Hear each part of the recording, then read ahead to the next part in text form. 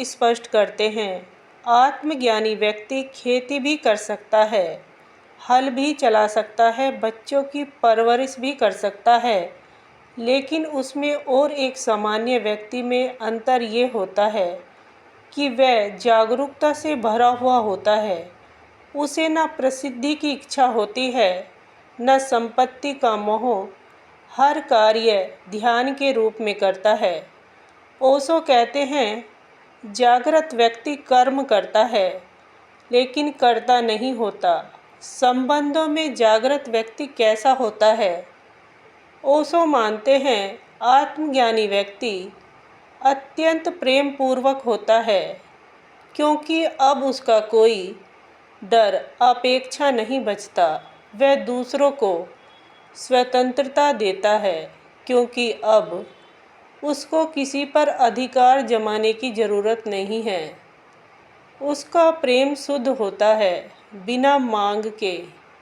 ना वह जलता है, ना ईर्ष्या करता है, क्योंकि उसका अहम मिट चुका होता है।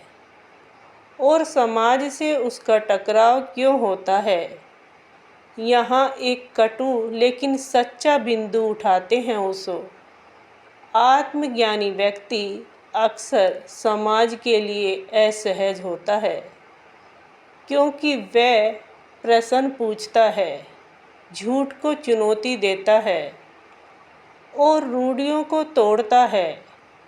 समाज स्थायित्व चाहता है, जबकि आत्मज्ञानी चेतन आंदोलित होता है। इसीलिए बुद्ध को निकाला गया, ईसा मसीह को सूली दी गई, सुकरात को विष पीना पड़ा, क्योंकि ये लोग सत्य के प्रतिनिधि थे। और समाज अक्सर सत्य से डरता है, फिर भी वह समाज को सबसे ज़्यादा देता है। ओशो कहते हैं, जागरूक व्यक्ति ही समाज को दिशा दे सकता है। वही समाज को नई दृष्टि, नई चेतना दे सकता है। वह आंदोलन नहीं चलाता, लेकिन उसका अस्तित्व ही परिवर्तन है। वह चलता है तो मौन भी शिक्षा बन जाती है। वह बोलता है, हर शब्द ध्यान का दीपक होता है।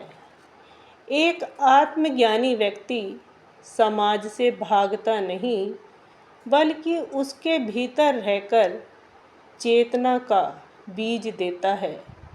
वह अलग होकर भी उसका जीवन स्पष्ट होता है और मौन होता है। जो भी उसके पास आता है, कुछ न कुछ बदल के लौटता ही है।